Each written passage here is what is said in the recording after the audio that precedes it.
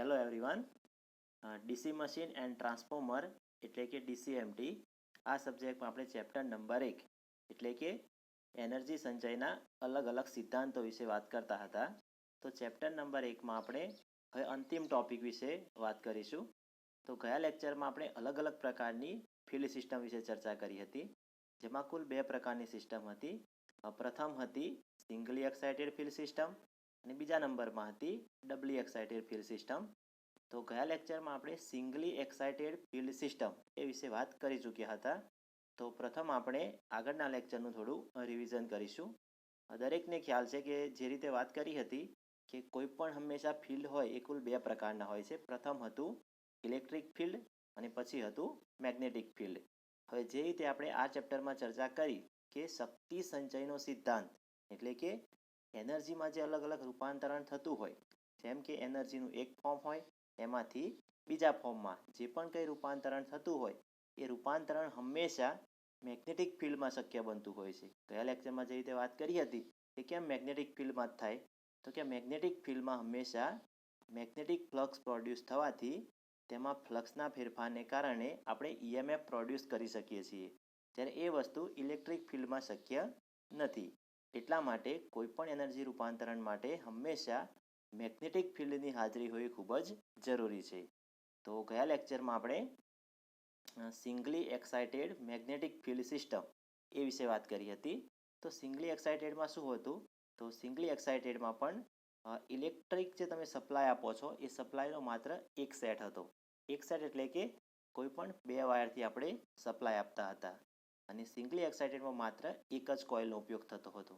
હવે ડીસીએમટી એટલે કે મશીનનો કોઈ પણ સબ્જેક્ટ હોય એમાં હંમેશા મોટર, જનરેટર જેવા અલગ અલગ ઇન્સ્ટ્રુમેન્ટ વિશે આપણે વાત કરવાની થશે આગળના ચેપ્ટરમાં. તો એ સમજતા પહેલાં આપણને કોઈ પણ મશીન હોય એ મશીનમાં હંમેશા મુખ્યત્વે 2 ભાગ હોય છે, જેમાંનો એક ભાગ કે જે હંમેશા સ્થિર રહેતો હોય, જે ભાગનું હલનચલન થતું ના હોય એને આપણે કહીશું સ્ટેટર, અને જે ભાગનું અંદર રોટેશન થતું હોય એટલે કે જે ભાગ મૂવિંગ થતો હોય એ ભાગને આપણે કહીશું રોટર. તો સૌપ્રથમ તો તમે આ 2 વસ્તુ ખાસ યાદ રાખજો કે સ્ટેટર કોને કહેવાય અને રોટર કોને કહેવાય. ત્યાર પછી કોઈ પણ હંમેશા મશીન હોય એ મશીનમાં આપણે સ્ટેટરમાં સપ્લાય આપીએ છીએ અને સ્ટેટરમાં સપ્લાય આપ્યા પછી એ મશીનમાં એક કોઇલ આવેલી હોય છે. તેથી કોઇલમાં સપ્લાય જવાથી કોઇલનો પોતાનો ગુણધર્મ હોય છે કે કોઇલને જ્યારે પણ સપ્લાય મળશે તો કોઇલ પોતે મેગ્નેટિક ફ્લક્સ પ્રોડ્યુસ કરશે અને મેગ્નેટિક ફ્લક્સ પ્રોડ્યુસ થવાથી તેમાં આપણે ઇલેક્ટ્રોમોટિવ ફોર્સ એટલે કે ઈએમએફ એક પ્રકારનો ધક્કો પેદા થશે અને ધક્કાને પરિણામે રોટરનું મૂવિંગ થશે. તો આ સિદ્ધાંત ઉપર લગભગ મોટાભાગના મશીન કાર્ય કરતા હોય છે, પરંતુ અમુક મશીનમાં શું હોય છે કે માત્ર સપ્લાય તમે સ્ટેટરમાં આપો તો મોટર ચાલુ થતી નથી, કેમ કે અમુક પ્રકારની મશીનરી જે હોય એ ખૂબ જ હેવી પ્રકારની એટલે કે હાઈ રેટિંગવાળી મશીનરીઝ હોય છે અને આ મશીનરીને સ્ટાર્ટ કરવા માટે સ્ટેટર સિવાય તમારે રોટરમાં અલગથી સપ્લાય આપવો જરૂરી બને છે. જે આપણે અલગથી સપ્લાય આપીએ છીએ એને આપણે કહીશું એક્સાઇટેશન. તો જ્યારે પણ તમે સ્ટેટરમાં તો સપ્લાય આપતા જ હોય, પરંતુ રોટરમાં જ્યારે વધારાનો સપ્લાય આપો છો તો એ પ્રકારની જે સિસ્ટમ તમારી બને છે એ સિસ્ટમને આપણે કહીશું ડબલી એક્સાઇટેડ સિસ્ટમ. તો સૌપ્રથમ સિંગલી એક્સાઇટેડ અને ડબલી એક્સાઇટેડ આ બંને વચ્ચેનો આપણે મુખ્ય તફાવત સમજીશું કે સિંગલી એક્સાઇટેડ સિસ્ટમ હોય એ સિસ્ટમમાં માત્ર ને માત્ર સ્ટેટરમાં સપ્લાય આપવામાં આવે છે, જ્યારે ડબલી એક્સાઇટેડ સિસ્ટમમાં સ્ટેટર અને રોટર એ બંનેમાં ઇલેક્ટ્રિક સપ્લાય આપવામાં આવતો હોય છે. ત્યાર પછી આપણે સિંગલી એક્સાઇટેડમાં વાત કરી હતી કે કોઈ પણ હંમેશા મોટર હોય એનું કામ શું હોય, તો કે જેવો તમે એને સપ્લાય આપશો તો આઉટપુટમાં તમે કોઈ પણ મિકેનિકલ કાર્ય કરી શકો છો, એટલે કે ઇલેક્ટ્રિકલ એનર્જીનું મિકેનિકલ એનર્જીમાં રૂપાંતરણ કરવું. તો ફિગર પરથી તમે જોઈ શકો છો અહીંયા કે એક પ્રકારનો મોટરનો ડાયાગ્રામ આપેલો છે, પરંતુ આ મોટર માટે એક ડબલી એક્સાઇટેડ મોટરનો ડાયાગ્રામ આપ્યો છે. તો ફિગરમાં તમે જોઈ શકો છો કે ઇનપુટ સાઇડ ઇલેક્ટ્રિકલ સિસ્ટમ આપેલી છે અને આઉટપુટ સાઇડ મિકેનિકલ સિસ્ટમ આપેલી છે. તો જે રીતે આપણે વાત કરી કે સિંગલી એક્સાઇટેડ સિસ્ટમ હોય તો એમાં ઇલેક્ટ્રિક સપ્લાયનો માત્ર એક જ સેટ હોય છે, પરંતુ ડબલી એક્સાઇટેડ સિસ્ટમમાં ઇલેક્ટ્રિકલ ટર્મિનલના 2 સેટ હોય છે. 2 સેટ એટલે કે 4 ટર્મિનલ હોય છે. 4 ટર્મિનલથી સ્ટેટરમાં સપ્લાય આપવામાં આવતો હોય છે. તો એક આ મુખ્ય તફાવત થશે કે સિંગલી એક્સાઇટેડમાં ઇલેક્ટ્રિકલ ટર્મિનલનો માત્ર એક જ સેટ હોય છે, જ્યારે ડબલી એક્સાઇટેડ સિસ્ટમમાં ઇલેક્ટ્રિકલ ટર્મિનલના 2 સેટ હોય છે. બરાબર? તો ફિગર એકવાર ધ્યાનથી જોઈ લેજો. સિંગલી એક્સાઇટેડ અને ડબલી એક્સાઇટેડ બંનેની ફિગર લગભગ સરખી જ છે, પરંતુ માત્ર તફાવત એમાં એટલો રહેશે કે ડબલી એક્સાઇટેડ સિસ્ટમમાં ઇલેક્ટ્રિક સપ્લાયના કુલ 2 સેટ હોય છે.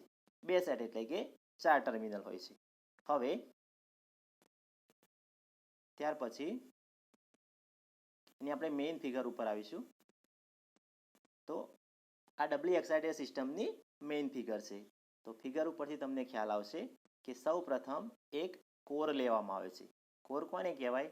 તો જે પણ તમને એક પ્રકારનું લંબચોરસ જે બોક્સ દેખાય છે એને આપણે કહીશું કોર. બરાબર? આપણે વાત કરી હતી જે રીતે ટ્રાન્સફોર્મરમાં પણ કોર હોય છે અને કોર ઉપર કોઇલનું વાઇન્ડિંગ કરવામાં આવે છે. તો જે આ તમને લંબચોરસ શેપમાં દેખાય છે તમારી કોર આપેલી છે, અને કોર ઉપર એક પ્રકારનું ડાબી સાઈડ કે જ્યાં તમને સોર્સ 2 એવું લખેલું છે, એક પ્રકારની કોઇલથી વાઇન્ડિંગ કરેલું છે.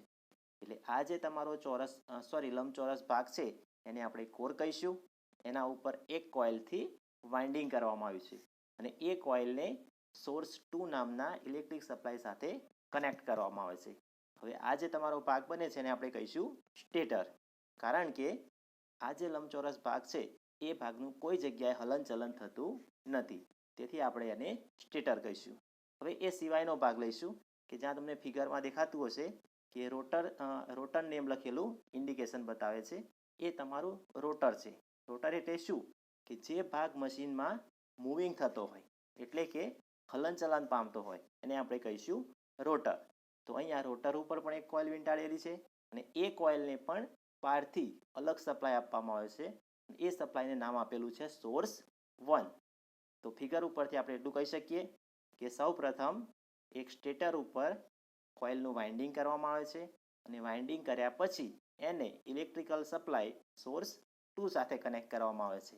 અને એ સિવાય એક પ્રકારનું રોટર લેવામાં આવે છે અને રોટર પર પણ અલગથી કોઇલ વીંટાળવામાં આવે છે અને એ કોઇલને ઇલેક્ટ્રિકલ સપ્લાય સોર્સ 1 સાથે કનેક્ટ કરવામાં આવે છે. હવે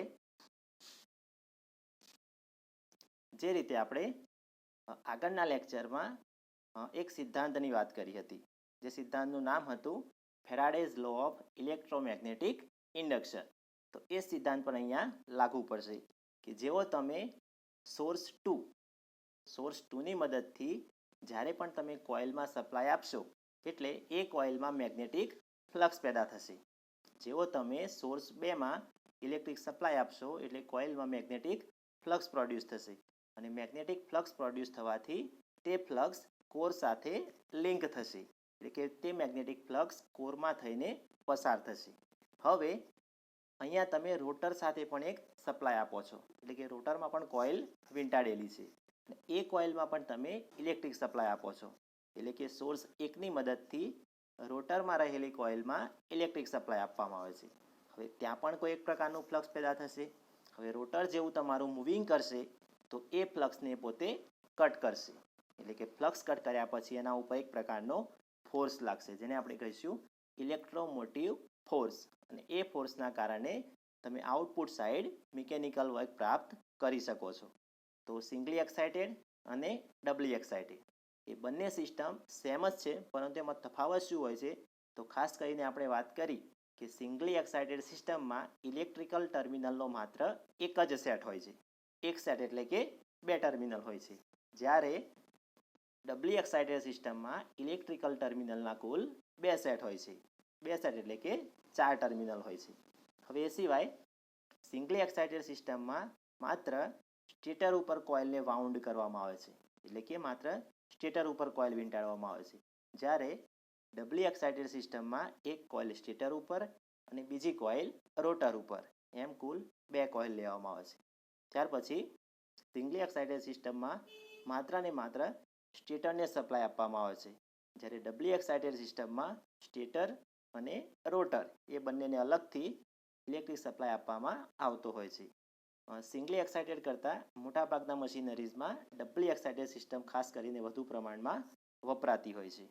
હવે આપણે ડબલી એક્સાઇટેડ સિસ્ટમના કેટલાક ઉદાહરણ જોઈશું. તો જે રીતે આપણે સિંગલી એક્સાઇટેડ સિસ્ટમમાં વાત કરી હતી કે એના બે ઉદાહરણ હતા, ઇલેક્ટ્રોમેગ્નેટિક રિલે અને સોલેનોઇડ કોઇલ. ઇલેક્ટ્રોમેગ્નેટિક તો સિંગલી એક્સાઇટેડ સિસ્ટમના બે ઉદાહરણ હતા કે સોલેનોઇડ કોઇલ અને ઇલેક્ટ્રોમેગ્નેટિક રિલે. તો એ જ રીતે ડબલી એક્સાઇટેડ સિસ્ટમના પણ કેટલાક ઉદાહરણ છે, જેમ કે ઇન્ડક્શન મોટર અને સિંક્રોનસ મોટર. તો એ ઉદાહરણને આપણે જોઈશું એટલે ખૂબ સારી રીતે ખ્યાલ આવશે. ફિગરમાં તમને ઇન્ડક્શન મોટર બતાવેલી છે. સ્ક્રીન ઉપર જે તમને ફિગર દેખાય છે તે ફિગર ઇન્ડક્શન મોટરની છે. હવે ફિગર ઉપરથી તમે જોઈ શકો છો કે શરૂઆતમાં જે સપ્લાય આપવામાં આવે છે મેઇન વાઇન્ડિંગમાં, એ વાઇન્ડિંગ તમારું સ્ટેટરનું વાઇન્ડિંગ છે.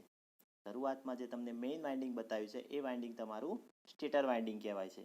અને એ વાઇન્ડિંગમાં ઇનપુટ પાવર એટલે કે ઇનપુટ સપ્લાય આપવામાં આવે છે. જ્યારે અંદરની સાઈડ જે તમને રાઉન્ડ આકારમાં બતાવ્યું છે તમારું રોટર છે. અને રોટરની નીચે પણ એક પ્રકારનું અલગથી એક વાઇન્ડિંગ લેવામાં આવે છે, એને કહીશું આપણે સ્ટાર્ટ વાઇન્ડિંગ. અને એ વાઇન્ડિંગમાં પણ સપ્લાય આપવામાં આવે છે. એટલે ઇન્ડક્શન મોટરની ફિગર પરથી એવું કહી શકાય કે ઇન્ડક્શન મોટરમાં સ્ટેટર અને રોટર બંને જગ્યાએ વાઇન્ડિંગ લેવામાં આવે છે અને બંને વાઇન્ડિંગને એક પ્રકારનો અલગથી સપ્લાય આપવામાં આવે છે. એટલા માટે કહેશું આપણે કે ઇન્ડક્શન મોટર એક પ્રકારનું ડબલી એક્સાઇટેડ સિસ્ટમનું ઉદાહરણ છે. ત્યાર પછી સિંક્રોનસ મોટર, એને પણ આપણે જોઈશું. આ ફિગર તમારી સિંક્રોનસ મોટરની ફિગર છે. તો સિંક્રોનસ મોટરની ફિગરમાં તમે જોઈ શકશો કે પાનની સાઈડ તમને સ્ટેટર બતાવેલું છે. જે ચોરસ બોક્સમાં જે બતાવેલું છે તમને એને આપણે કહીશું સ્ટેટર. એ સ્ટેટરને પણ બહારથી 3 ફેઝ સપ્લાય આપવામાં આવે છે.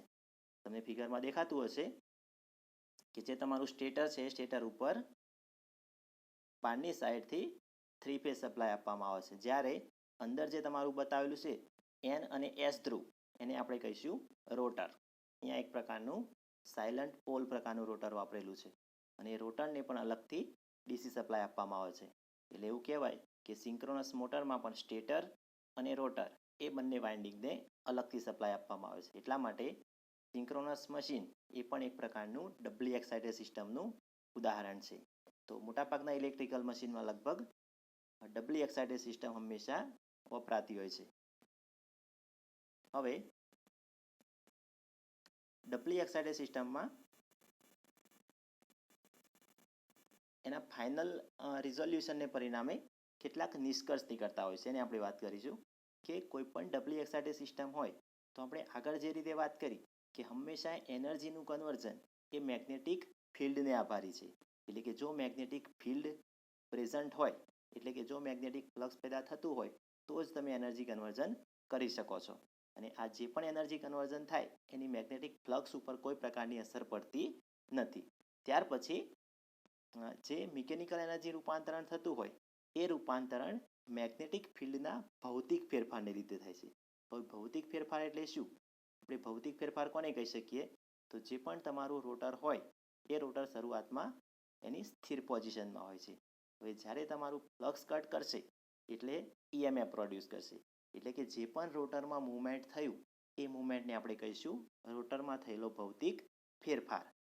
તો રોટરનું મૂવમેન્ટ એટલે કે રોટરના ભૌતિક ફેરફારને પરિણામે આપણે મિકેનિકલ એનર્જી પ્રાપ્ત કરી શકીએ છીએ. અને અંતિમ તમને આપેલું છે માત્ર અચળ કરંટ પર મેગ્નેટિક ફિલ્ડમાં સ્ટોર થતી એનર્જીનું મિકેનિકલ એનર્જીમાં રૂપાંતરણ થાય છે.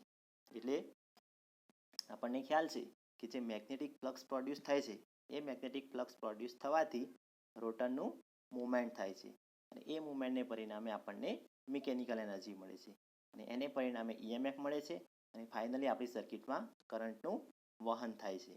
એટલે ડબલી એક્સાઇટેડ સિસ્ટમમાં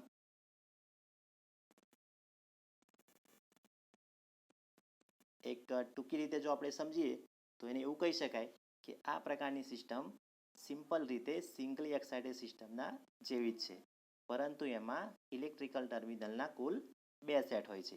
અને એ સિવાય સ્ટેટર અને રોટર એ બંને ઉપર અલગ અલગ પ્રકારનું વાઇન્ડિંગ કરવામાં આવે છે અને બંને વાઇન્ડિંગને અલગ અલગ રીતે સપ્લાય આપવામાં આવે છે.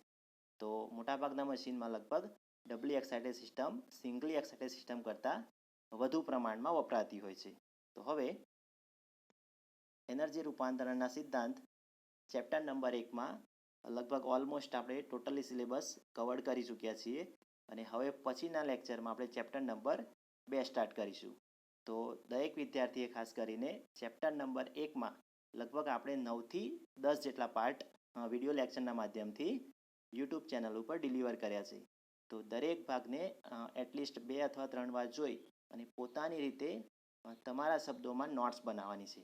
હવે આગળના લેક્ચરમાં તમને લગભગ એસાઇનમેન્ટ આપી દેવામાં આવશે અને ત્યાર પછીના સમયમાં ચેપ્ટર નંબર 1માંથી MCQ પ્રકારનો એક ટેસ્ટ લેવામાં આવશે. તો આશા રાખું છું કે દરેક વિદ્યાર્થી ચેપ્ટર નંબર 1ના તમામ વિડીયો જોઈ અને ચેપ્ટર નંબર 1નો તમામ સિલેબસ ખૂબ સારી રીતે કવર કરી લેશે. Thank you.